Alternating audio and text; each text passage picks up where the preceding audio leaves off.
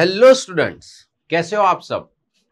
Yes, आज हम कुछ नया पढ़ने के लिए, कुछ नया समझने के लिए और कुछ नए तरीके सीखने के लिए एकत्र हुए हैं। अगर आज के लेक्चर की हम लोग बात किए तो आज के लेक्चर में बेसिकली जो अभी मेंस आने वाली है, तो उस मेंस के पर्सपेक्टिव से हम लोग डिस्कशन करेंगे कि मेंस के अंदर साइंस एंड टेक्नोलॉजी सब्जेक्ट को प्रिपेयर कैसे करें, या तो कौन सी चीज है जहां से क्वेश्चन आने के चांसेस सबसे ज्यादा है। मेन फोकस ही हमारा ये रहेगा कि कौन से सेगमेंट्स है जहां से मैक्सिमम क्वेश्चन आते हैं और उन क्वेश्चन में कौन सी चीजें ध्यान में लेनी है कि जिसकी वजह से आप मैक्सिमम में मैक्सिमम स्कोर कर पाए, राइट। और उसी के लिए हम लोग आज यहाँ पे इकट्ठा हुए हैं। तो यस, चलो without a do let's start today's lecture. आज के लेक्चर की शुरुआत करते हैं। उससे पहले एज यू नो, वेब संकुल जो है अपनी एक नई इंग्लिश मीडियम बैच लेके आ चुका है, जो एक हाइब्रिड फॉर्मेट में बैच रहेगी। और ये जो बैच रहेगी, उस बैच में आपको ऑफलाइन एंड लाइव दोनों कोर्सेज अवेलेबल रहेंगे। यानी कि अगर कोई बच्चा है जो गांधीनगर में आके यहाँ पे पढ़ना चाहता है, तो for them we have offline batch. And if there any student कि वो चाहता है कि वो घर से ही प्रिपरेशन करना चाहता है, गांधीनगर नहीं आ सकते, तो उस केस में लाइव बैच भी अवेलेबल है। और ये हाइब्रिड फॉर्मेट में बैच रहेगी, मतलब कि जो ऑफलाइन में पढ़ाते हैं वही आपको लाइव फॉर्मेट में मिलेगा। और इस बैच की अगर बात की जाए तो इस बैच के अंदर आप देख सकते हो, ये पूरा का पूरा हमारा फैकल्टी टीम जो है ये आपको दिख रहे हैं यहाँ पे सारे faculties. Indian history Kamlesh sir पढ़ाते हैं, right. Indian polity and science and technology मैं पढ़ाऊंगा। इंडियन इकोनॉमी जो है वो मितेश सर पढ़ाएंगे। Indian and physical geography Kamlesh sir पढ़ाएंगे। Culture will be taught by Prashant sir. Environment Jay sir पढ़ाएंगे। Maths and reasoning Durgesh sir. And current affair जो है वो मनीष सर पढ़ाएंगे। अगर इस बैच के बारे में आपको कोई भी इंफॉर्मेशन चाहिए तो फॉर दैट यहाँ पे हमने ये आपको कॉन्टेक्ट डिटेल्स दिए हैं, यहाँ पे आप कॉल करके इंफॉर्मेशन प्राप्त कर सकते हो। उसके अलावा बात की जाए तो सर ये ऑफलाइन बैच कहाँ पे रहेगी, तो ये ऑफलाइन बैच हमारी सरघासण में रहेगी। तो ये आप देख सकते हो, ये रहा एड्रेस, राइट। तो लेट्स स्टार्ट विदाउट डू, आज के लेक्चर की शुरुआत करते हैं। आज के लेक्चर की शुरुआत हम लोग एक कोट से करेंगे कि starting point of all achievement is your desire. Listen, अब है क्या, आप हर एक इंसान को एक डिजायर होता है और वो डिजायर ही कहीं ना कहीं शुरुआत होती है उसकी। जैसे आपने डिजायर किया होगा कि मेरे को क्लास 1 या क्लास 2 ऑफिसर बनना है, तो that desire will lead towards the your achievement. तो यस, शुरू करते हैं आज के लेक्चर की बात। अब देखो, आज के लेक्चर में मैंने बोला वैसे हम लोग मेंस के पर्सपेक्टिव से डिस्कशन करेंगे। साइंस एंड टेक्नोलॉजी सब्जेक्ट आप सबको पता है कि ये जनरल स्टडीज 3 जो पेपर है वहां पे आपको साइंस एंड टेक्नोलॉजी सब्जेक्ट देखने को मिलता है। अब जनरल स्टडीज जीएस 3 का जो पेपर है उसमें इस तरीके से कुछ क्वेश्चंस आते हैं। कई क्वेश्चंस 150 वर्ड्स के होते हैं, कई क्वेश्चंस 200 वर्ड्स के होते हैं। तो हमें वही देखना है कि कहां से क्वेश्चंस ज्यादा आ सकते हैं और कौन से क्वेश्चंस को हम मैक्सिमम यूटिलाइज कर सकते हैं। तो लेट्स स्टार्ट। अब देखो, ये तो देख लिया कि 150 वर्ड्स में क्वेश्चन है एंड 200 वर्ड्स के क्वेश्चन है, बट अभी हमारे दिमाग में जो सबसे पहले आइडिया आता है कि सर अब इस कंडीशन में हम करें तो करें क्या, बोले तो बोले क्या। So first of all, whenever you start preparing for the mains, और अगर आप मेंस लिख रहे हो तो उस केस में एक चीज हमारे दिमाग में बहुत ही क्लियर होनी चाहिए, और वो है कि आपका जो पेपर चेकर है वो अल्टीमेटली एक मनुष्य है। पेपर चेकर एक मनुष्य, राइट। अब देखो, मनुष्य ही एक पेपर चेक करने वाला है, तो उसका मतलब क्या, इट इज क्वाइट इजी कि आप किसी भी मनुष्य को है ना बहुत ही इजीली कभी भी इन्फ्लुएंस कर सकते हो। आप उनके क्वेश्चन चेक जब हो रहा है तो आप वहां पे एक अपना मार्क छोड़ सकते हो कि जिसकी वजह से आपके क्वेश्चन को देख के जो पेपर चेकर है वो इंप्रेस हो जाए और आपको मैक्सिमम स्कोर दे। And for that what you need to do is you need to follow one concept. मैं हमेशा स्टूडेंट को बोलता हूं कि अगर आप कभी भी मेंस अपीयर कर रहे हो तो मेंस में एक कॉन्सेप्ट होता है जो हमें ध्यान रखना है, specially for the GS subject, and this concept is called CLAPS. क्या बोलते हैं इसको, क्लैप्स। अब देखो कहानी कैसी है, कहानी कुछ ऐसी है, आपके जो पेपर चेकर है उनको मजबूर करना है कि वो आपके लिए क्लैप्स करे कि वाओ क्या आंसर लिखा है। And for that what you need to understand is, you need to follow the concept of collapse. Now what is collapse? तो collapse कुछ ऐसा कॉन्सेप्ट है,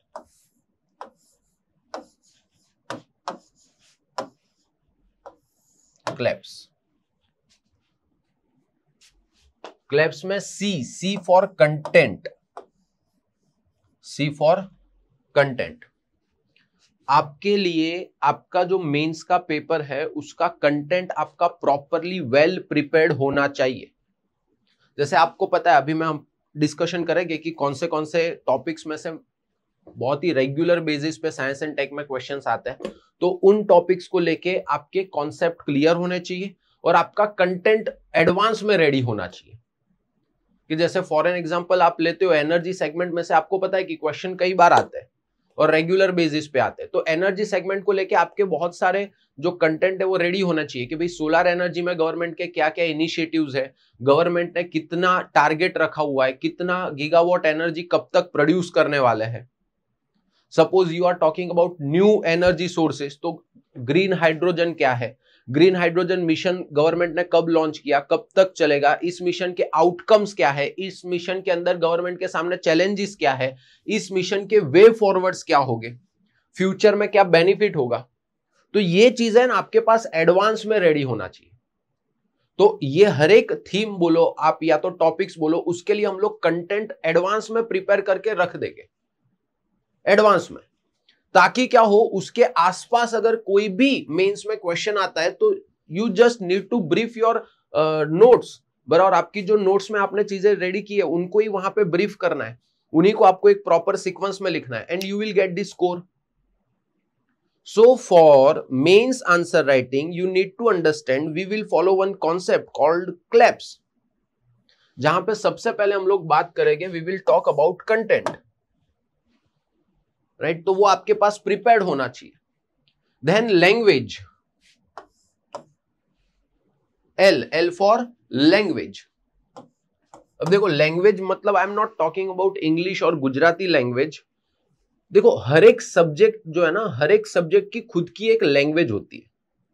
कई बार मैं स्टूडेंट्स को देखता हूं कि काफी नया नया प्रिपरेशन या तो फर्स्ट टाइम मेंस लिख रहे होते हैं, तो उनके साथ क्या होता है पता है कि वो मतलब लिखने बैठते हैं तो सभी लिख देते हैं, जितना पता है सब लिख दिया, और फिर जब रिजल्ट आता है तब एक्सपेक्टेड रिजल्ट नहीं आता, फिर वापस से जब सेल्फ इवेल्युएशन करते हैं तो उनको समझ में आता है कि यार यहाँ पे मैंने ज्यादा वर्ड्स इस्तेमाल कर दिए।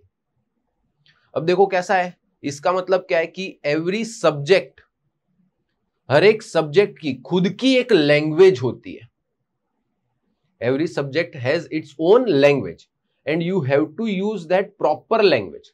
कई बार होता है कि कई टॉपर्स के आंसर देखते हैं तो हमें देखने को मिलता है, या तो कई बार स्टूडेंट्स को लगता है वो आंसर देख के कि सर इसने तो सर 2 पेज के अंदर इस टॉपर ने जो लिखा है वो तो बहुत लिमिटेड वर्ड्स में लिखा है वैसा लग रहा है, but then also he has scored good marks. Reason क्या है? बिकॉज ही नोज कि क्या लैंग्वेज यूज करना है, किस तरीके से यूज करना है। Why I am talking about कि गवर्नमेंट के इनिशिएटिव पता होने चाहिए आपके, बिकॉज गवर्नमेंट के इनिशिएटिव के लिए गवर्नमेंट जिस तरीके से सर्क्यूलर बाहर निकालता है, जैसे एनर्जी सेगमेंट है तो एनर्जी सेगमेंट के रिलेटेड कोई भी गवर्नमेंट का स्कीम है तो उसके लिए गवर्नमेंट ने पीआईबी या तो कहीं पे भी अगर कोई भी रिपोर्ट डाला है या तो कोई भी इंफॉर्मेशन दिया है तो उसको पढ़ो, क्योंकि वहां पे उन्होंने प्रॉपर वर्ड्स यूज किए होंगे जो गवर्नमेंट के प्रॉपर टर्मिनोलॉजी में आते हैं। अगर आप वैसे ही टर्म्स, वैसी ही टर्मिनोलॉजीज, वैसे ही वर्ड्स, वैसी ही लैंग्वेज अगर आपके आंसर में आप रिप्रेजेंट करते हो, आपके आंसर में अगर उसको दिखाते हो तो बट ऑब्वियस है आपको अच्छा ही स्कोर मिलेगा, राइट। तो यहां पे ये चीज समझना जरूरी है कि every subject has its own language और उसका जो खुद का लैंग्वेज है उसके अकॉर्डिंग आपको लिखना है। आप यहां पे ऐसा नहीं कर सकते कि मतलब जो स्कूल या कॉलेज में करते थे आंसर राइटिंग में, वो टेक्निक यहां पे काम नहीं लगता कि तू मेरे को सिर्फ 2 वर्ड्स बता दे बाकी तो मैं लिख दूंगा। वो लिखना है तो ऐसा नहीं है कि फिर भर भर के लिख देना है, नहीं वो नहीं कर सकते। That is the biggest mistake student make. So what you need to do, you need to understand the language. और ये भी कैसे कैसे इंप्रूव होता है, तो सर इसको इंप्रूव करने के लिए भी एक बहुत ही इंपॉर्टेंट साइकिल होता है, दैट इज कॉल्ड रिवीजन।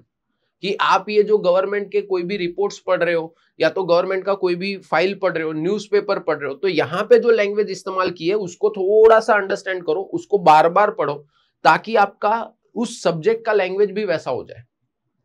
तो उस केस में you will be able to write very good answers in limited words. दूसरी चीज यहां पे ये भी समझना जरूरी है कि जैसे आपके आंसर है तो आंसर में बोलता है कि उसके अंदर जो वर्ड्स इस्तेमाल कर रहे हो वो काफी शालीन वर्ड्स होने चाहिए। शालीन होने चाहिए उसका मतलब क्या है, you can't use harsh word. आप अगर कोई भी चीज आता है तो आप वहां पे मतलब इस तरीके से नहीं लिख सकते, या तो कंप्लीटली अगेंस्ट नहीं जा सकते या तो कंप्लीटली फेवर नहीं कर सकते, थोड़ा सा ग्रे टाइप लिखना पड़ेगा। अगर मैं एकदम टेक्निकल लैंग्वेज में बोलूं तो your word should be grey. आपको हर एक चीज का positive negative implications, way forward, conclusion ये एडवांस में पता होना चाहिए और ये आपको एग्जाम में लिखने से पहले प्रिपेयर करके रखना है। तो sir language, then comes the concept CLAPS के अंदर APS। ए बोले तो अप्रोच, P बोले तो प्रेजेंटेशन एंड S बोले तो स्ट्रक्चर।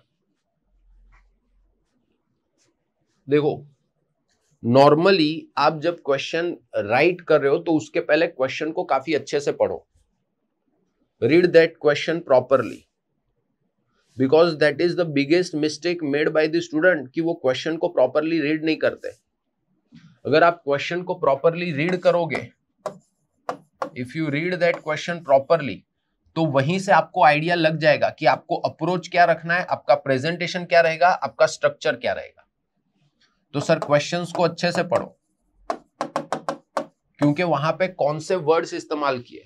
आपको इवेल्युएट करने का बोला है तो इवेल्युएशन उस तरीके से करना है, क्रिटिकली इवेल्युएशन करने का बोला है तो क्रिटिकली इवेल्युएशन उस तरीके से करना है, आपको सिर्फ डिस्क्राइब करने का बोला है तो सिर्फ डिस्क्राइब ही करना है। तो यहां पे ये छोटी छोटी चीजें समझना बहुत जरूरी है। So for that what you need to do, you need to read the question properly. Question आपको प्रॉपरली रीड करना है, उसके बाद अपना अप्रोच तय करो कि मैं क्या क्या चीजें लिखने वाला हूं। क्योंकि कई बार क्या होता है पता है, स्टूडेंट लिख देते हैं फिर उनको एकदम से आइडिया आता है कि अरे यार मेरे को ये 2 पॉइंट लिखने चाहिए थे जो रह गए। सो इट्स बेटर कि थोड़ा सा 5-1 सेकंड का पोज लेके एक बार दिमाग के अंदर सारे पॉइंट्स क्लियर कर लो कि यस यस ये मैं 6 या 7 पॉइंट्स जो है ये 7 पॉइंट्स में लिखने वाला हूं, इनको मैं मेनली डिस्क्राइब करने वाला हूं। तो आपका अप्रोच क्लियर हो जाएगा, राइट। हाँ, वापिस एक चीज और समझना है यहां पे, अप्रोच में ही मैं बताता हूं। Always remember my dear student कि वैसा नहीं होगा कि आप हर एक क्वेश्चन के अंदर या तो हर एक क्वेश्चन में आप 5+ स्कोर करोगे। मतलब मान लो 10 मार्कर क्वेश्चन है, for an example 10 marker question है, राइट। तो सपोज ये हो सकता है आपके साथ कि ये नहीं होगा हर बार कि आप 50% प्लस ही स्कोर करो। मतलब कि 10 मार्कर क्वेश्चन है तो 5 या 6 या 7 या 8 ये हर बार हर एक क्वेश्चन में स्कोर हो, वैसा जरूरी नहीं है। ये भी एक चीज हमारे दिमाग में क्लियर होना चाहिए, ये भी एक अप्रोच होना चाहिए। कोशिश यही करेंगे हम लोग कि हर बार 50% प्लस स्कोर करें, बट वो हर बार हो वैसा जरूरी भी नहीं है, क्योंकि 1-2 क्वेश्चन तो वैसा होगा ही होगा।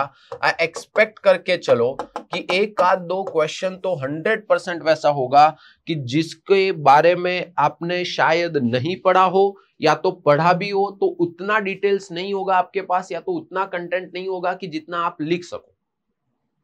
तो उस केस में इट इज वेरी इंपॉर्टेंट कि आप वो सिनारियो को समझो और उसको एक पॉजिटिव वे में लो। क्योंकि देखो वो स्टूडेंट बहुत ही इंटेलिजेंट होते हैं कि जिनको क्वेश्चन जो पूछा है उसके अकॉर्डिंग लिखना आता है, लेकिन उससे भी इंटेलिजेंट स्टूडेंट वो होते हैं कि जिनके पास जो कंटेंट है उसको क्वेश्चन के अकॉर्डिंग सेट कर सके। तो कई बार ये भी होगा कि क्वेश्चन इस तरीके से आएगा कि वो क्वेश्चन में आपके पास लिमिटेड कंटेंट होगा, तो उस केस में आपको क्या करना होगा, आपके पास जो भी अवेलेबल कंटेंट है उसको प्रॉपरली उस क्वेश्चन के अकॉर्डिंग आपको अरेंज करना होगा। तो आपकी ये चीजों का अप्रोच एकदम क्लियर होना चाहिए, right. Then one more thing, that is called structure. That is what, that is called बेटा structure. If we talk about structure, तो नॉर्मली मैंने देखा है कि बच्चों को एक चीज समझ में आ गई है और एक चीज उनके दिमाग में भी बैठ गई है कि ये स्ट्रक्चर इस तरीके से बनेगा कि जिसमें 3 चीजें होगी। एक होगा इंट्रो, बॉडी एंड कंक्लूजन, और कई बार वे फॉरवर्ड भी।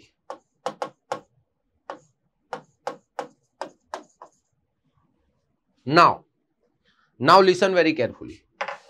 अभी देखो कैसा है, ऐसा जरूरी नहीं कि हर एक क्वेश्चन के में कंक्लूजन हो ही हो, वैसा जरूरी भी नहीं कि हर एक क्वेश्चन में वे फॉरवर्ड हो ही हो, राइट? वैसा जरूरी नहीं कि कई क्वेश्चन में इंट्रोडक्शन ज्यादा बड़ा करने की जरूरत हो। That depends on the questions demand. अब चलो मान लो आपको कोई क्वेश्चन पूछ लिया, बहुत इजी क्वेश्चन आ गया, सपोज कोई डिफरेंस ही लिखने का आ गया, या तो जो पूछा गया है उसके अंदर कहीं ना कहीं डिफरेंशिएट करनी है दो चीजों को, तो उस केस में इंट्रोडक्शन का एंड कंक्लूजन का उतना बड़ा कोई रोल नहीं रहेगा, वहां पे जो बॉडी पार्ट है उसका ही मेन रोल रहेगा। और वैसे भी मोस्ट ऑफ द क्वेश्चंस में आपको देखने को मिलेगा कि मेन रोल कौन प्ले करता है, बॉडी पार्ट। जैसे मैं आपको एक बेस्ट एग्जांपल देता हूं कि क्यों इंट्रोडक्शन एंड कंक्लूजन जरूरी है। जैसे suppose let's take an example, मैं लेक्चर अभी ले रहा हूं, यानी रिकॉर्ड कर रहा हूं, तो अभी ये लेक्चर जब मैं रिकॉर्ड कर रहा हूं उसमें एकदम से ही मैं डायरेक्टली ये एआई का एक क्वेश्चन मैंने इसमें रखा है, वो ये एग्जाम में डायरेक्ट मैं क्वेश्चन ही डिस्कस करने लगूं, तो 5 सेकंड तो आपको लगेगा कि यार आज के लेक्चर का एजेंडा क्या है, सर ने डायरेक्ट एआई का क्वेश्चन एक्सप्लेन करने का शुरू कर दिया, ये है क्या, एकदम से क्या शुरू कर दिया सर ने, हाँ या ना? लेकिन उसकी जगह मैं क्या कर रहा हूं, मैं आपको पहले तो ग्रीट कर रहा हूं कि हेलो स्टूडेंट कैसे हो, राइट? देन हम बात कर रहे हैं कि आज के लेक्चर में हम लोग क्या करेंगे, तो बोले हम लोग मेंस में किस तरीके से क्वेश्चन आ सकते हैं, क्या आपका अप्रोच होना चाहिए, उसके ऊपर डिस्कशन करेंगे। तो एटलीस्ट इंट्रोडक्शन जब मैं दूंगा लेक्चर का, तो उसकी वजह से क्या होगा, आपको एटलीस्ट आइडिया लग जाएगा कि यस ये एजेंडा है और इसके आसपास ही सर काम करने वाले, इसके आजू बाजू ही हम लोग क्या करने वाले, बात करने वाले।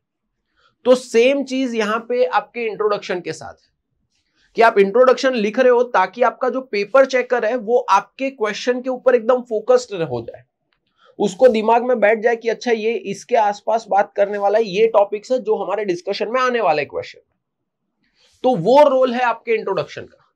सिमिलरली कंक्लूजन का क्या रोल है यहां पे समझो। जैसे अभी मैं लेक्चर रिकॉर्ड कर रहा हूं और लेक्चर रिकॉर्ड करते करते मैं चला जाऊं, कैमरा बंद कर दूं और ऐसा ही लेक्चर में अपलोड कर दूं, मान लो, तो क्या होगा, आप वो लेक्चर देखने के बाद सोचोगे कि अरे यार ये क्या हो गया, मतलब आधा छोड़ दिया लेक्चर बीच में सर ने, या सर का तबियत बिगड़ गया, या कोई टेक्निकल प्रॉब्लम है, या कोई टेक्निकल एरर है, ये अल्टीमेटली हुआ क्या?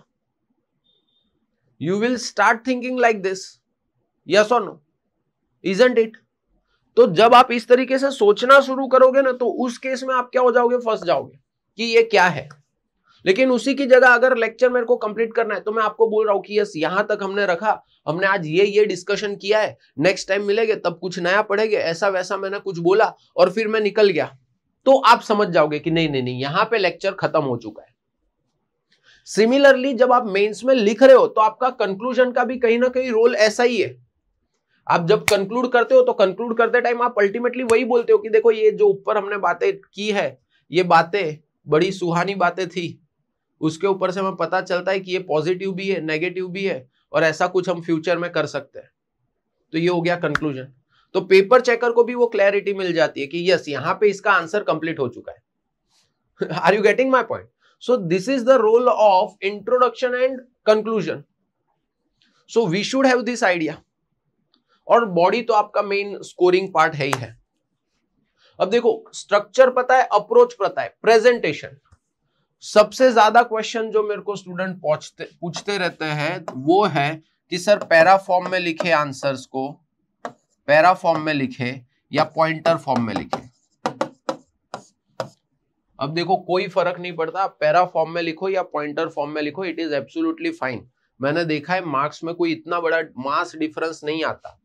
लेकिन अगर मैं साइंस एंड टेक्नोलॉजी सब्जेक्ट के पर्सपेक्टिव से बात करूं, किसके पर्सपेक्टिव से बात करता हूं, अगर मैं साइंस एंड टेक्नोलॉजी सब्जेक्ट के पर्सपेक्टिव से बात करता हूं, तो यहां पे हमें समझ में आता है कि पॉइंटर सब पॉइंटर फॉर्मेट इज गुड। क्या समझ में आता है? पॉइंटर सब पॉइंटर फॉर्मेट इज गुड। ये जो फॉर्मेट है, this format is good, pointer सब पॉइंटर वाला फॉर्मेट। अब दिखाता हूं मैं एक आपको मॉडल आंसर भी दिखाऊंगा कि क्या क्या लिख सकते हो आप यहाँ पे, ताकि आपको आइडिया लग जाए, राइट? तो यहाँ पे हमें देखने को मिलता है पॉइंटर सब पॉइंटर फॉर्मेट जो है ना, that is well maintained way of writing the answers. तो साइंस एंड टेक में हमें ये चीज ध्यान में रखनी है.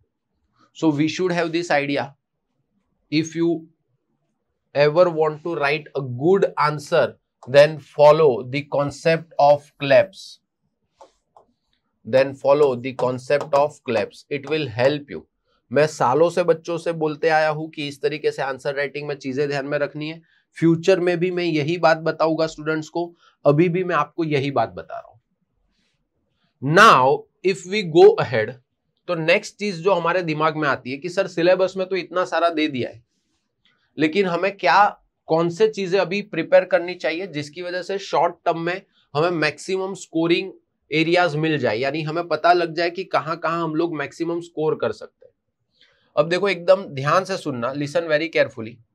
If you really want to score good marks in science and tech, तो पहले तो इतने सेगमेंट के क्वेश्चंस आपको प्रिपेयर करने हैं, यानी कि इतने सेगमेंट में चीजें रेडी करके छोड़ देनी है जहां से बहुत ही रेगुलर बेसिस पे क्वेश्चन आते हैं. एक तो है स्पेस,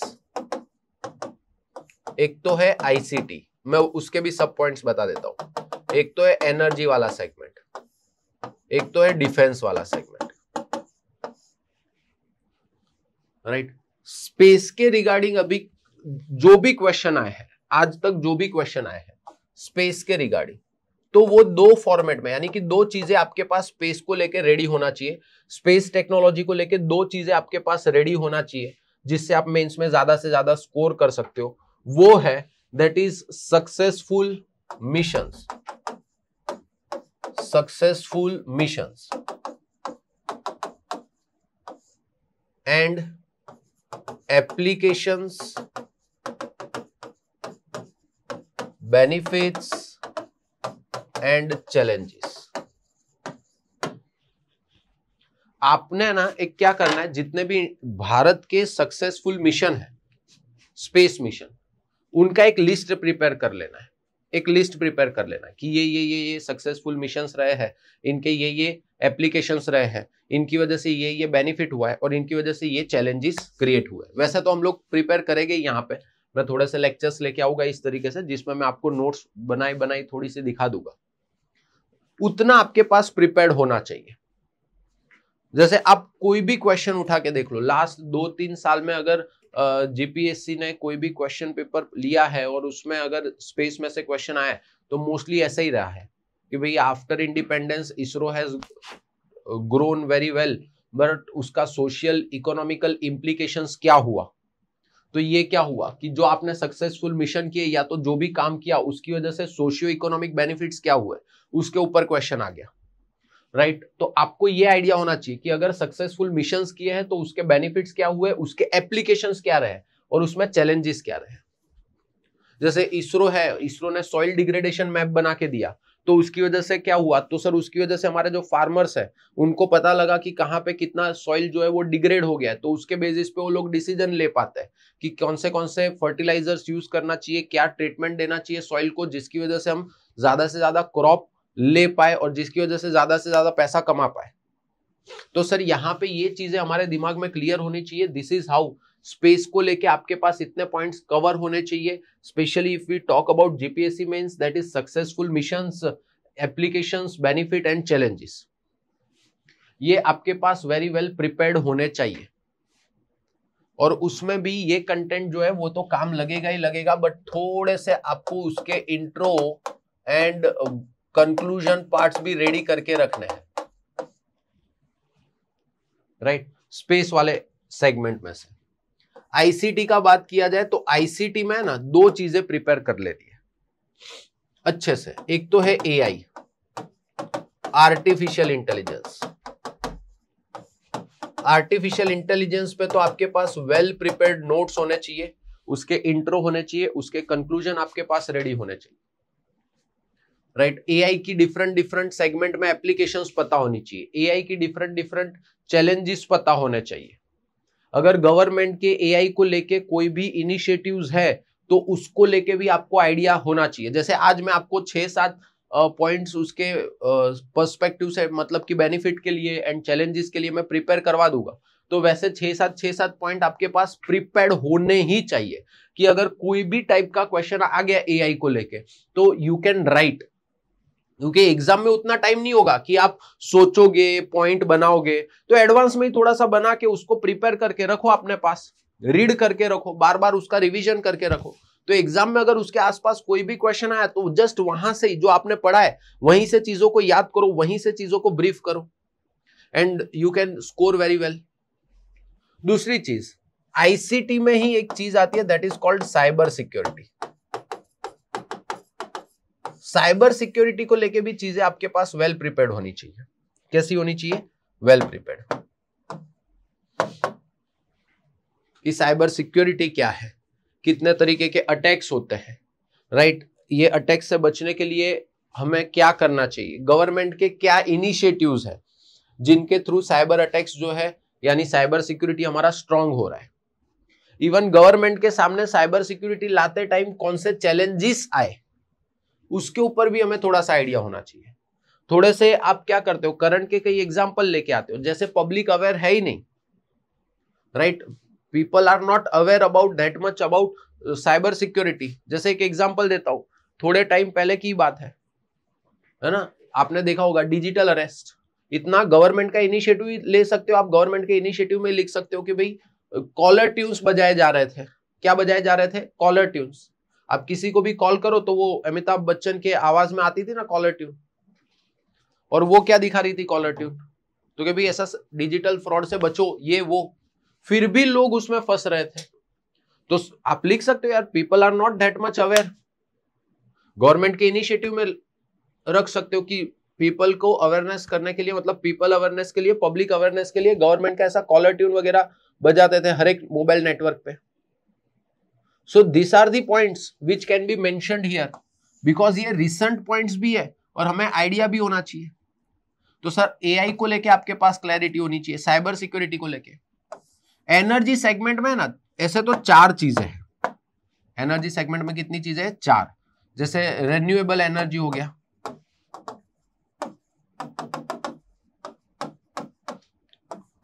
एक नॉन रिन्यूएबल हो गई आपकी, एक न्यू एनर्जी सोर्सेस हो गए आपके,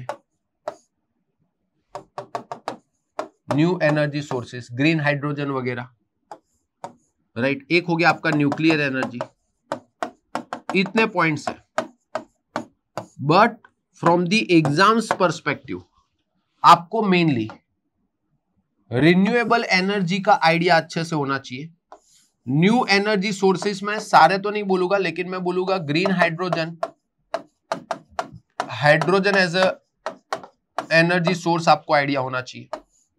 plus you should have idea about that is biofuels, biofuels को लेके आइडिया होना चाहिए। दिस विल हेल्प यू, ये आपको हेल्प करेगा। रिन्यूएबल एनर्जी है, न्यू एनर्जी है, तो this will help you more, because ये दोनों पॉइंट्स में से ज्यादा क्वेश्चन आने के चांस है। यानी कि अगर आप देखते हो तो ये जो 8 या 9 या 10 पॉइंट्स हम बनाएंगे, जैसे सक्सेसफुल मिशंस हो गए, एप्लीकेशंस, बेनिफिट एंड चैलेंजेस हो गए उनके, एआई हो गया, साइबर सिक्योरिटी हो गया, रिन्यूएबल एनर्जी हो गया, न्यू एनर्जी सोर्सेस हो गया, और थोड़ा सा न्यूक्लियर एनर्जी। न्यूक्लियर एनर्जी में भी सब करने की जरूरत नहीं है, just you need to focus on Indian nuclear programme, Indian nuclear programme. इसका थोड़ा सा आइडिया होना चाहिए, क्योंकि ये सेगमेंट्स में से ना बहुत ही रेगुलर बेसिस पे क्वेश्चन आते हैं, बहुत ही रेगुलर बेसिस पे। डिफेंस की बात करते हैं तो देखो, डिफेंस में ना आज की डेट में मैं 2 टॉपिक्स बोलूंगा जिसके ऊपर ज्यादा फोकस करना है। एक तो है indigenisation of technology. What? Indigenisation of defence technology.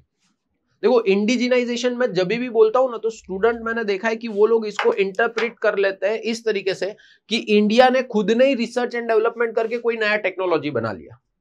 लेकिन इंडिजिनियस टेक्नोलॉजी का मतलब ये नहीं होता कि सिर्फ नया टेक्नोलॉजी बनाना।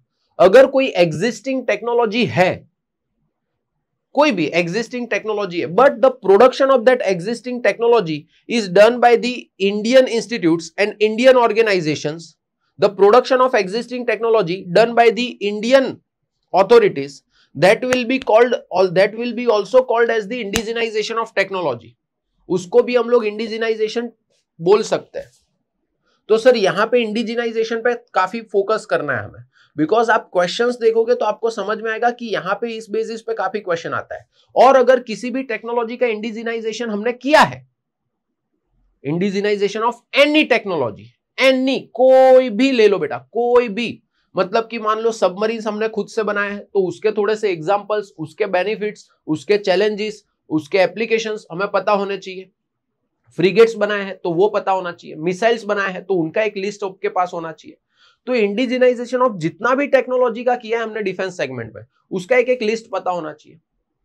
जैसे तेजस एयरक्राफ्ट बनाया हमने, हाल तेजस, हिंदुस्तान एरोनॉटिकल्स लिमिटेड ने तेजस बनाया, तो उसका भी एक आपके पास रेडी होना चाहिए कि अगर ये हमने बनाया लाइट कॉम्बैट एयरक्राफ्ट अगर बनाया तेजस, तो उसके बेनिफिट्स क्या है, उसके एप्लीकेशंस क्या है, उसके चैलेंजेस क्या है, उसको बनाते टाइम क्या क्या चीजें हमने ध्यान में रखी।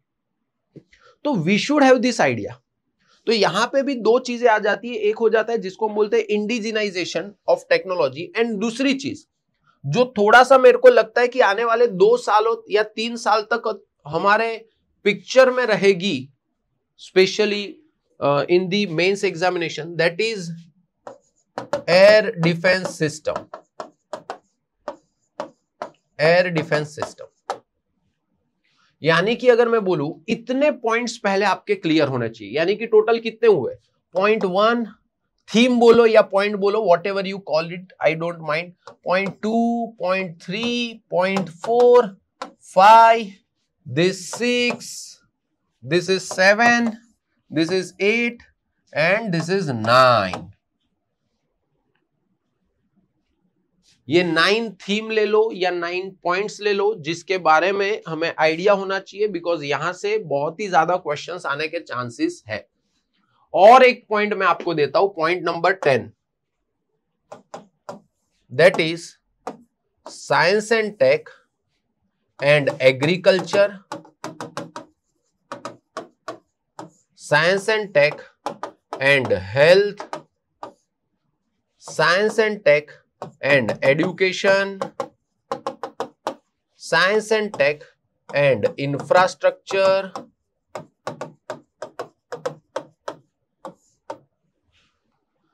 यस ये चीजें क्लियर होनी चाहिए कि सर साइंस एंड टेक्नोलॉजी किस तरीके से इंडिया के एग्रीकल्चर को बढ़ा सकता है, किस तरीके से एग्रीकल्चर को इतना ग्रो करे कि जिससे हमारा जीडीपी बढ़ जाए, हमारे पास पैसा ही पैसा बाबू भैया हो जाए, right. Science and tech and health, how science and tech जो है वो हेल्प करता है लोगों के हेल्थ को इंप्रूव करने के लिए। वैक्सीन्स आ गया, दवाई आ गया, डायग्नोसिस आ गए आपके, राइट, ट्रीटमेंट्स आ गए, थेरापी आ गए। How science and technology can help in education, right, how science and technology is improving India's infrastructure, right. ध्यान से आप कुछ नहीं करके इन टॉपिक्स पर थोड़ा सा गूगल भी कर लोगे ना, थोड़ा सा गूगल, तो आपके पास 10-10 पॉइंट रेडी हो जाएंगे कि साइंस एंड टेक्नोलॉजी ने इंडिया के एग्रीकल्चर में क्या हेल्प किया, साइंस एंड टेक्नोलॉजी ने इंडियन हेल्थ सिस्टम में क्या हेल्प किया, साइंस एंड टेक्नोलॉजी ने एजुकेशन में क्या हेल्प किया, साइंस एंड टेक्नोलॉजी ने इंफ्रास्ट्रक्चर को ग्रो करने में क्या हेल्प किया। बस इतनी 10 थीम बोलो या 10 ये पॉइंट्स बोलो, इतने अगर आपने कर लिए तो भी आपके मेंस में काफी अच्छे खासे क्वेश्चन बन जाएंगे, बिकॉज ये वो टॉपिक्स है जहां से काफी रिपीटेटिव बेसिस पे क्वेश्चन आते हैं, काफी रिपीटेटिव बेसिस पे। और जो भी मेरा एक्सपीरियंस रहा है आज तक का जीपीएससी की एग्जामिनेशन को लेके, उस एक्सपीरियंस के बेसिस पे ये चीजें मैं शेयर कर रहा हूं। क्लियर है बेटा? नाइस। तो we should have this idea, हमारे दिमाग में ये आइडिया पहले तो क्लियर होना चाहिए। तो चलो ये 10 पॉइंट में से आज एक पॉइंट पे थोड़ा सा हम लोग डिस्कशन करेंगे, that is artificial intelligence. That is what? That is बेटा आर्टिफिशियल इंटेलिजेंस, राइट। थोड़ा सा मैं आपको यहाँ पे एक्सप्लेन भी करूंगा, थोड़ा सा मैं आपको होमवर्क भी दूंगा, क्योंकि मेंस आपको ही लिखनी है तो आपको थोड़ा सा होमवर्क भी करना होगा इन चीजों पे। अब देखो एआई की जब भी बात होती है, artificial intelligence, so my first question is what is AI. मतलब ये मेंस के लिए क्वेश्चन नहीं दे रहा हूं, ये सिर्फ ऐसे ही पूछ रहा हूं। पहला तो इंटेलिजेंस क्या होता है आप समझो, व्हाट इज इंटेलिजेंस। इंटेलिजेंस का मतलब एकदम सिंपल है। अगर मैं एक सिंपल एग्जांपल दूं, मान लो कोई एक छोटा बच्चा है, बराबर 2-2.5 साल का बच्चा ले लेते हैं, है ना, 2.5 साल का बच्चा है, वो 2.5 साल का बच्चा खेल रहा है और एकदम से उसके आगे से ऐसा बिल्ली गया, जैसे बिल्ली वहां से चल के गया तो 2.5 साल का बच्चा उस बिल्ली को देख के तुरंत क्या बोलेगा कि देखो म्याऊ जा रही है, या तो बोलेगा कैटू जा रही है ना, वैसा कुछ नाम देगा, या तो कैट जा रही है, कुछ ना कुछ बोल देगा, बिल्ली जा रही है, कुछ बोलेगा। जैसे ही उसने बोला तो आजू बाजू के लोग तो एकदम ऐसा खुश हो जाते हैं। 2.5 साल का बच्चा, 2-2.5 साल का बच्चे ने बोल दिया कि ये देखो कैट जा रही है, तो आजू बाजू के लोग तुरंत वाह वाह वाह वाह वाह, क्या बात है, कितना इंटेलिजेंट बच्चा है। हाँ या ना? आप बोलोगे कि नहीं बोलोगे कि वाह व्हाट ए इंटेलिजेंट किड। उसी की जगह आप ले लो, आप 21-22 साल के बच्चे हो, आप अपने दोस्त के साथ खड़े हो और सामने से बिल्ली जाए और आप बोलो कि देखो यार बिल्ली जा रही है, तो आपका दोस्त थोड़ी बोलेगा कि यार देख कितना इंटेलिजेंट है। वो तो बोलेगा आ जा रही है तो जा रही है, जाने दो उसको। यस और नो? वहां पे कोई नहीं बोलेगा कि कितना इंटेलिजेंट बच्चा है। Are you getting my point? तो सर यहाँ पे ये छोटे बच्चे ने बोला तो इंटेलिजेंट बोल रहे हैं, बड़े ने बोला तो नहीं बोल रहे। उसका मतलब क्या है? उसका मतलब सिंपल है, इंटेलिजेंस और कुछ नहीं है कि आपके पास जो पर्याप्त ज्ञान है उसके बेसिस पे अगर आप डिसीजन मेकिंग कर पाते हो, उसके बेसिस पे अगर आपका कॉग्निटिव स्किल डेवलप होता है, तो उसके बेसिस पे अगर आपका नेचुरल लैंग्वेज प्रोसेसिंग इंप्रूव हो रहा है, तो that means you are intelligent. लेकिन सर एआई किसको बोलेंगे? आर्टिफिशियल इंटेलिजेंस किसको बोलेंगे? तो सर आर्टिफिशियल इंटेलिजेंस का डेफिनेशन देते टाइम आपको मैं कीवर्ड्स दे रहा हूं। देखो ग्रामेटिकली आप स्टेटमेंट को आगे पीछे लिख सकते हो, क्योंकि वैसा तो जरूरी नहीं है, एग्जाम में तो आपको खुद से ही लिखना है। तो आप डिट्टो टू डिट्टो लिख दोगे तो वो पॉसिबल ही नहीं है ना, कि बुकिश डेफिनेशन पढ़ा और डिट्टो का डिट्टो चिपका दिया। उतना अच्छा तो मगब सब लोग नहीं कर पाते, कई लोग कर भी लेते उतना अच्छा मगब, राइट। तो उस केस में क्या करना है? तो उस केस में आपको पता होना चाहिए कि यहां पे कई कीवर्ड्स आना जरूरी है। तो आर्टिफिशियल इंटेलिजेंस किसको बोलोगे? कि जब मशीन जो है, मशीन इतना पावरफुल हो जाए कि वो ह्यूमन बिहेवियर को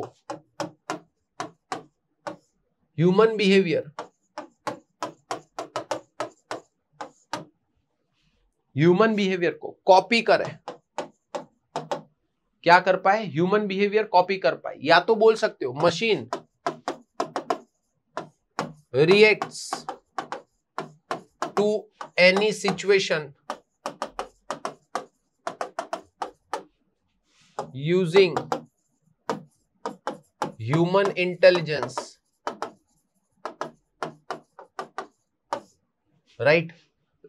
क्या करता है? मशीन जो है वो ह्यूमन इंटेलिजेंस की तरह रिएक्ट करने लगता है, तो भी हम लोग क्या बोलेंगे कि सर वो मशीन जो है वो एआई है, आर्टिफिशियल इंटेलिजेंस है। अब सर ह्यूमन बिहेवियर में कौन सी चीज आ गई? कॉग्निटिव स्किल आ गई आपकी, कॉग्निटिव स्किल्स, राइट। आपका डिसीजन मेकिंग पावर आ गया, डिसीजन मेकिंग जैसे ह्यूमन करता है वैसा कॉपी करने लगे। नेचुरल लैंग्वेज प्रोसेसिंग आ गया, नेचुरल लैंग्वेज प्रोसेसिंग आ गया। इसमें से कोई भी चीज अगर मशीन जो है वो ह्यूमन की तरह कॉपी करने लगे, तो उस केस में आप क्या बोल सकते हो कि सर मशीन जो है वो आर्टिफिशियल इंटेलिजेंस है। कैसा है मशीन? आर्टिफिशियली इंटेलिजेंट है। उसको हम लोग एआई बोल सकते हैं। क्या बोल सकते हैं? उसको हम लोग एआई बोल सकते हैं। क्लियर बेटा? ध्यान में रहेगा? कंफर्म? बहुत बढ़िया। अब जो ये एआई होता है, आर्टिफिशियल इंटेलिजेंस है, सर ये एआई कितने टाइप्स के होते हैं? देखो आपको एआई के बारे में कितनी चीजें पता होनी चाहिए मेंस के पर्सपेक्टिव से। एक तो आपको पता होना चाहिए एआई के टाइप्स, एक आपको पता होना चाहिए एआई के एप्लीकेशंस, एक आपको पता होना चाहिए एआई के बेनिफिट्स, या तो यूजफुलनेस बोलो, कुछ भी बोलो आप उसको। एक आपको पता होना चाहिए चैलेंजेस, एक आपको पता होना चाहिए थोड़े बहुत, मैं नहीं बोलूंगा ज्यादा, बट थोड़े से गवर्नमेंट इनिशिएटिव्स पता होने चाहिए आपके।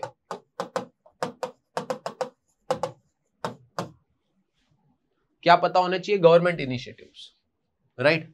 अब देखो अगर आपको इतनी चीजें पता है, if you know this much about AI, फिर आप एआई का कोई भी क्वेश्चन बना सकते हो।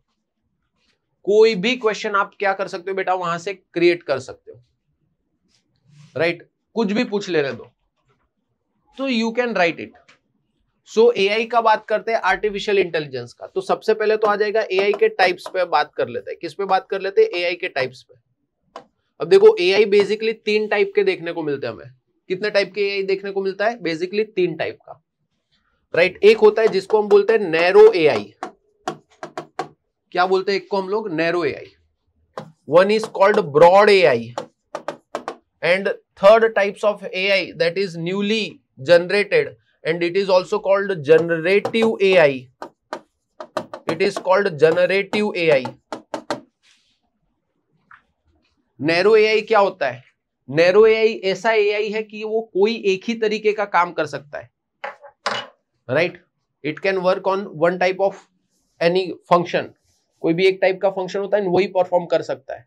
जैसे एसी एआई वाले हम बोलते हैं ना कि भाई आजकल तो आपको पता ही है, हर एक इलेक्ट्रॉनिक्स डिवाइस लेने जाओ तो वो तो यही बोल के हट जाता कि सर एआई है इसमें, उसको पूछ लो एआई कैसे है तो वो बता नहीं पाएगा। लेकिन जैसे एसी है तो एसी में क्या कर सकते हैं हम लोग, टेम्परेचर सेट कर दिया हमने और फिर ऑटो मोड पे डाल देते हैं। जैसे ही ऑटो मोड पे डाला तो वो क्या करेगा, एसी रूम के टेम्परेचर के अकॉर्डिंग अपना फैन स्पीड प्लस माइनस करेगा, खुद डिसीजन लेगा कि कितना फैन स्पीड ज्यादा होना चाहिए कितना कम होना चाहिए। तो वो एक तरीके से नैरो एआई हो गया। ब्रॉड एआई मल्टीपल फंक्शन कर पाता ही है, क्या कर पाता है, multiple function. Then comes generative AI जो आजकल काफी इस्तेमाल कर रहे हैं, है ना? जैसे वो आजकल वो कोई ट्रेंड भी चल रहा था ना, वो तो मैं तो पागल हो गया था वो ट्रेंड देख के। वो हर एक इंसान साड़ी में ही दिख रहा है, लोग फोटो बना रहे हैं, लोग वीडियो बना रहे हैं, है ना? वो बीच में वो गिबली आर्ट चल रहा था। This all are example of generative AI, कि जहां पे क्या करता है कि ऑलरेडी एग्जिस्टिंग डेटा जो है वो एग्जिस्टिंग डेटा को यूटिलाइज करके आपको नया कुछ क्रिएटिव वर्क करके देता है। मतलब कि डेटा है उसी के बेसिस पे क्रिएशन करके दे रहा है, वो खुद से डेटा क्रिएट नहीं कर रहा है। तो इसकी वजह से उसको क्या बोलते हैं, जनरेटिव एआई, कि उसका काम ही क्या है, सिर्फ जनरेशन करना, राइट? तो we should have this idea generative AIs, right? तो ये हमें पता होना चाहिए। अगर एआई के एप्लीकेशंस की बात करते हैं कि what are the applications of AI, तो देखो थोड़े से पॉइंट रेडी होने चाहिए आपके पास। सर एआई का एक एप्लीकेशन होता है एग्रीकल्चर में,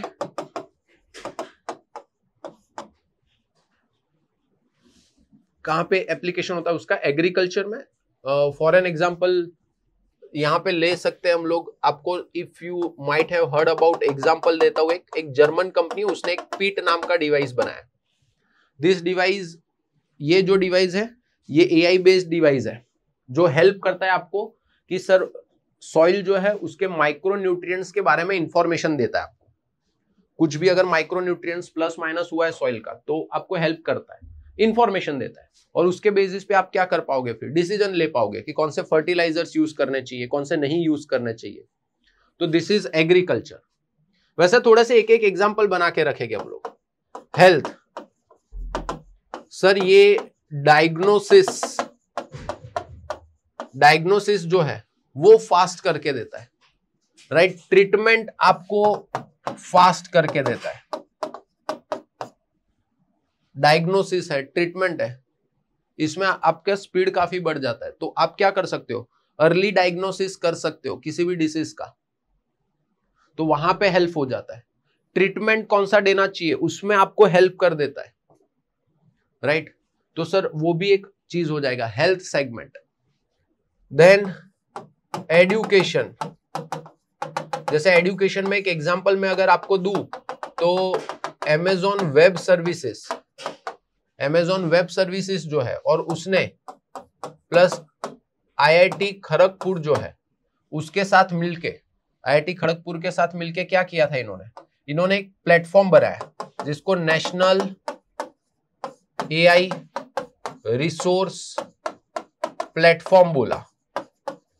ये एआई रिसोर्स प्लेटफॉर्म है ना, वो स्टूडेंट्स को हेल्प कर रहा था, किसके लिए, तो बोले स्टूडेंट के अंडरस्टैंडिंग के अकॉर्डिंग मटेरियल बनाने में, नोट्स बनाने में एआई बेस्ड ये सिस्टम बनाया। तो सर क्या हो रहा है यहां पे, एजुकेशन काफी इजी हो जाता है आपके लिए, मेरे लिए, यस और नो? जैसे आप यहां पे भी इस्तेमाल कर सकते हो काफी चैट जीपीटी वगैरह, लेकिन उसका डेटा अभी कैसा है, थोड़ी कई बार है ना दिक्कत वाला डेटा होता है उसमें, तो थोड़ा सा क्रॉस वेरीफाई कर लेने का गूगल पे। बट आपको थोड़े से पॉइंट्स बनाने में वो हेल्प कर सकता है। देखो हेल्प लेना बहुत अच्छी चीज है, लेकिन उसके ऊपर डिपेंडेंट हो जाना वो बहुत बुरी चीज है। डिपेंडेंट नहीं होना है, हेल्प लेना है। तो सर आप वहां से भी एजुकेशन में एआई के बेसिस पे क्या कर सकते हो, हेल्प ले सकते हो। क्रिएटिव वर्क्स, क्रिएटिव वर्क में आपको एक एप्लीकेशन देखने को मिल जाएगा, है ना, फोटोज वीडियोज ये सब बनाने में आपको काम लग जाता है, राइट। तो एआई के एप्लीकेशंस में ये लिख सकते हो हम लोग।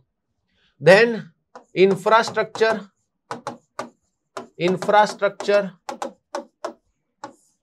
ट्रांसपोर्टेशन इजी कर देता है। क्या इजी कर देता है बेटा? ट्रांसपोर्टेशन। जैसे let's take an example, metro.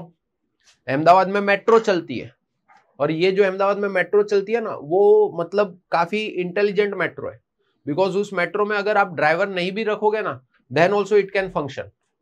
मतलब कि उसके अंदर लोको पायलट नहीं है कोई, देन ऑल्सो वो जाएगी, प्लेटफॉर्म पे खड़ी रहेगी, रुकेगी, ऑटोमेटिकली डोर ओपन हो गए, लोग बैठेंगे, डोर क्लोज हो गए, ऑटोमेटिकली वो चलेगी।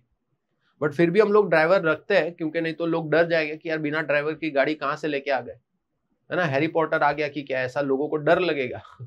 तो बट इट कैन फंक्शन, उसमें 100% वो कैपेबिलिटी है। तो ये हमें देखने को मिलता है इंफ्रास्ट्रक्चर। तो सर इस तरीके से आपको एआई के एप्लीकेशंस अलग अलग डायरेक्शन में बना के रखने हैं। सर बेनिफिट क्या हो जाता है? सर बेनिफिट सबसे पहला तो यही बेनिफिट हो जाता है कि फास्ट काम हो जाता है, इजी वर्क हो जाता है, टाइम सेविंग वर्क हो जाता है, डिसीजन मेकिंग इंप्रूव हो जाता है। यस और नो? डिसीजन मेकिंग क्या हो जाता है हमारा? इंप्रूव हो जाता है। एक एडवाइजर के तौर पे आप इसको इस्तेमाल कर सकते हो, राइट। तो इस तरीके से आपको थोड़े से बेनिफिट भी इसके बना के रखने हैं हमारे पास। थीमेटिक वे में बोले तो इसको थोड़ा सा आपको क्रिएट करके रखना होगा। इसके सर चैलेंजेस भी है, एआई के काफी सारे क्या है चैलेंजेस। जैसे एक चैलेंज का मैं बात करूं, सबसे पहला तो वो है अनएम्प्लॉयमेंट। देखो वैसे भी कोई भी नया टेक्नोलॉजी आता है ना, नया टेक्नोलॉजी, तो सर न्यू टेक्नोलॉजी जो है वो हमेशा शुरुआत में अनएम्प्लॉयमेंट लेके आता है। जैसे मैं 90s की बात करूं तो 90s में ना बैंक्स में कंप्यूटर आए थे, और जब बैंक्स में कंप्यूटर आए थे ना, तो ये नेशनलाइज बैंक के जो एम्प्लॉयज थे ना, वो सब स्ट्राइक पे उतर गए थे।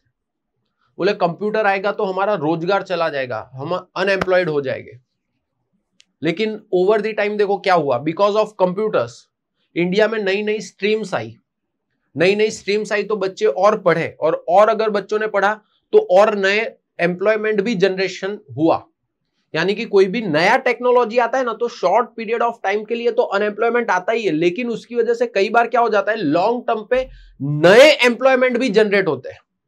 ये वे फॉरवर्ड में आप लिख सकते हो कि भाई लॉन्ग टर्म पे क्या होता है, नए एम्प्लॉयमेंट जनरेट हो गए। जैसे कल की डेट में हमें कैसे लोगों की जरूरत होगी, जो एआई को बहुत ही अच्छे से इस्तेमाल कर पाए, जो एआई से काम करवा पाए, राइट। तो वो स्किल अगर किसी ने डेवलप कर लिया कि जो एआई से काम करवा पा रहा है, तो उसको लॉन्ग टर्म पे क्या होगा, उसको लॉन्ग टर्म पे बेनिफिट होगा, एंड लॉन्ग टर्म पे वो कहीं ना कहीं एम्प्लॉयमेंट जनरेशन भी करेगा। लेकिन for the short period of time एक चैलेंज है हमारे सामने, वो क्या है, अनएम्प्लॉयमेंट। दूसरी चीज sir standardisation, lack of standardisation.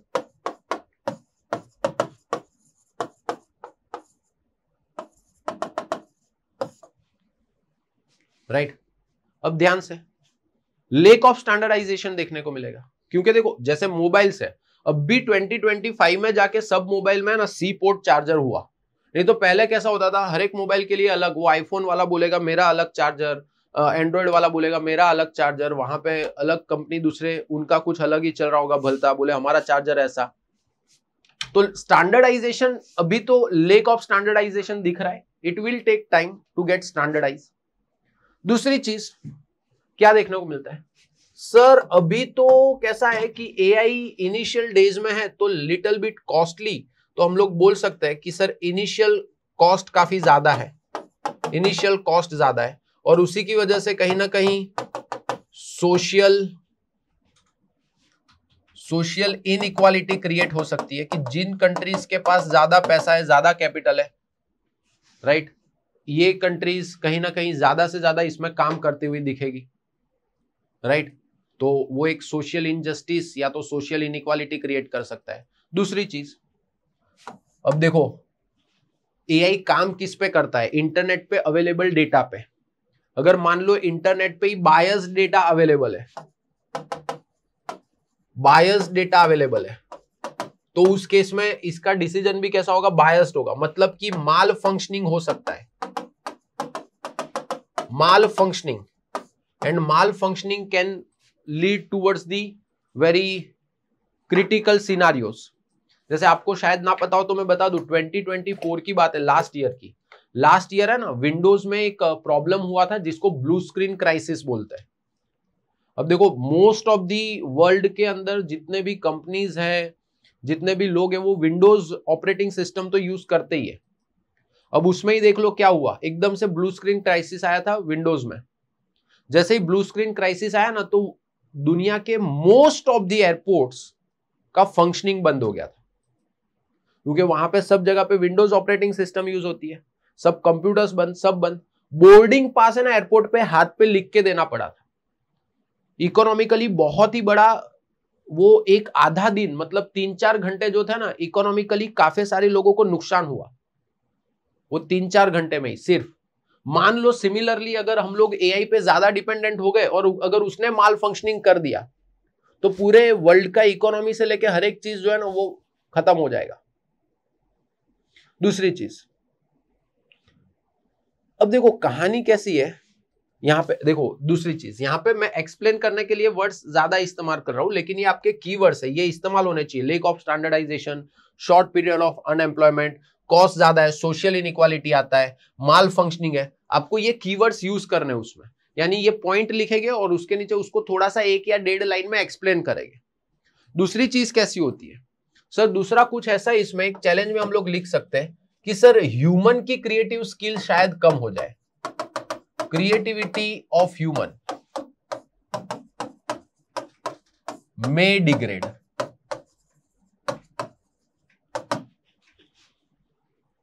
Cognitive skills पे भी इंपैक्ट आ सकता है। जैसे मैं एक बेस्ट एग्जांपल देता हूं, there used to be time कि जब लैंडलाइन फोन हुआ करते थे ना, तो लोग, बहुत सारे लोगों के फोन नंबर है ना याद रख लेते थे, याद रखते थे ऐसे दिमाग में कि किसी को कॉल करना है तो डायरेक्ट ऐसा नंबर टाइप करेगा, कॉल करेगा। फिर आए मोबाइल्स। मोबाइल्स में एक ऑप्शन मिला कि आप नंबर क्या कर सकते हो, सेव कर सकते हो। जैसे ही मोबाइल में नंबर सेव करने का ऑप्शन मिला ना, तो आज की डेट में मैं लोगों को देखता हूं कि वो लोग ज्यादा लोगों के नंबर याद ही नहीं रखते, 1 या 2 लोगों के नंबर याद रखेंगे, उससे ज्यादा लोगों का नंबर ही याद नहीं होता। तो लोगों का जो कॉग्निटिव स्किल्स था उसके ऊपर थोड़ा सा इंपैक्ट आया, या तो थोड़ा सा याद रखने का स्किल्स था उसके ऊपर थोड़ा सा इंपैक्ट आया। तो सिमिलरली अगर एआई पे ओवर डिपेंडेंट अगर हम हो जाते हैं, तो उस केस में शायद ये हो सकता है कि लोगों का जो क्रिएटिव स्किल है, लोगों की जो कॉग्निटिव स्किल्स है, वो डिग्रेड हो सकती है। राइट, तो ये चीजें हमें यहां पे देखने को मिलती है। क्लियर बेटा, बहुत बढ़िया। तो एआई को लेके पहले तो थोड़ा सा थीमेटिक वे में आपको इतने चीजें क्लियर होनी चाहिए। जैसे कि यहां पे एक क्वेश्चन है, what are the potential economic benefits of artificial intelligence for India's growth, question mark, how can India bridge the AI skill gap. अब देखो, मैं आपको है ना यहां से थोड़े से पॉइंट्स दे देता हूं क्योंकि टाइम हमारे पास लिमिटेड है। राइट, तो मैं आपको पॉइंट्स दे देता हूं, ये क्वेश्चन आप खुद से होमवर्क में खुद से लिखने का कोशिश करना। जैसे मैं बॉडी पार्ट में तो आपको बता देता हूं कि पोटेंशियल इकोनॉमिक बेनिफिट क्या क्या हो सकता है। तो सर इकोनॉमिक बेनिफिट की बात करते हैं तो एक तो जीडीपी बूस्ट कर सकता है। ये क्या बूस्ट कर सकता है, जीडीपी। एग्रीकल्चर में बेनिफिट कर सकता है, एआई ड्रिवन प्रिसीजन फार्मिंग, देखो मैंने वर्ड्स भी दे दिए। वेदर फोरकास्टिंग में हेल्प करेगा एग्रीकल्चर में। हेल्थ केयर, मैंने बोला ना आपको कुछ नहीं करना है, आपको कोई भी पॉइंट देता है ना, कुछ भी लिखने को बोलता है तो आपको इसके आजू बाजू ही लिखना है। इतने पॉइंट्स आपके क्लियर होने चाहिए। You will score good marks. Health care के रिगार्डिंग, अर्ली डायग्नोसिस है ना, ड्रग डिस्कवरी में हेल्प कर सकता है, टेलीमेडिसिन में हेल्प कर सकता है। So sir you will get good points.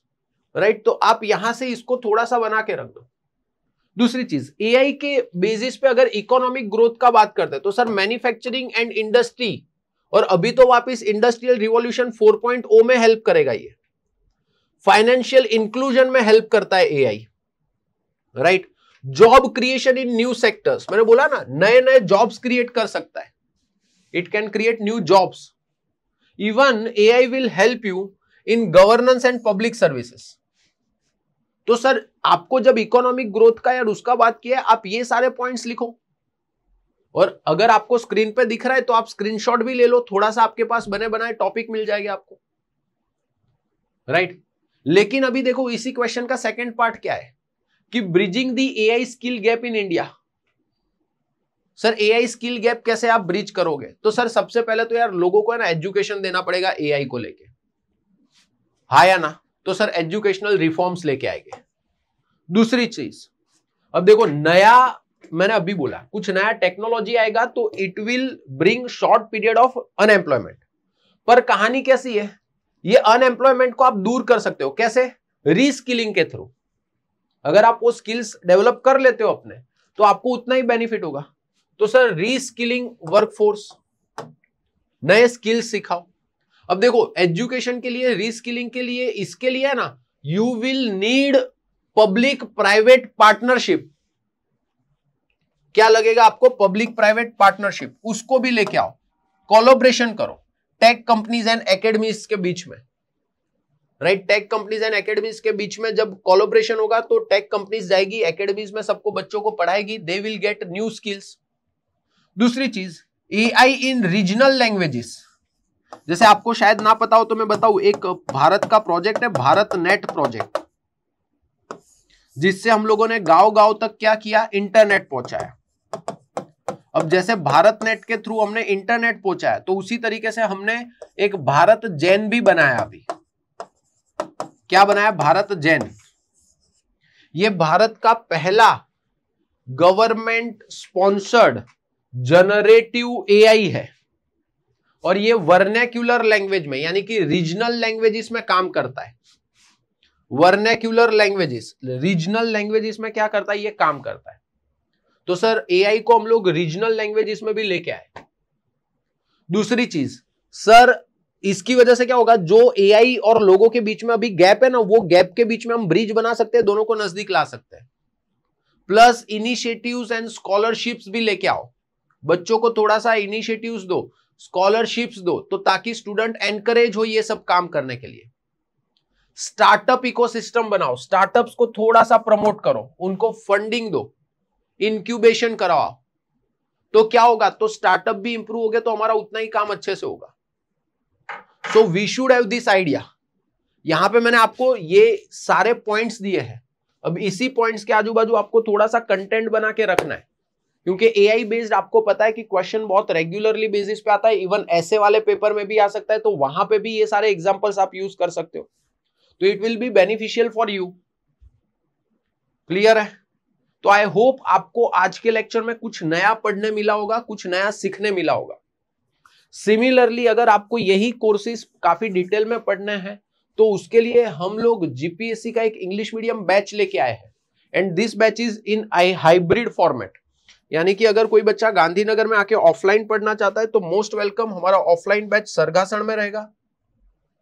और अगर कोई बच्चा गांधीनगर नहीं आ सकता और उसको घर से प्रिपरेशन करना है, तो we have live platform also, और उसके लिए आपको वेब संकुल लाइव एप्लीकेशन डाउनलोड करनी होगी। अगर इस कोर्स के रिगार्डिंग अगर आपको कोई भी एक्स्ट्रा इंफॉर्मेशन चाहिए, तो उसके लिए कॉन्टेक्ट डिटेल्स दी है, यहां पे कॉल करके आप इंफॉर्मेशन प्राप्त कर सकते हो। क्लियर है? यस। तो आज के लेक्चर में हम लोग यहीं तक रखेंगे। फ्यूचर में हम लोग जब मिलेंगे तब कुछ नया पढ़ेंगे, नया सीखेंगे। तब तक के लिए जय हिंद, जय भारत।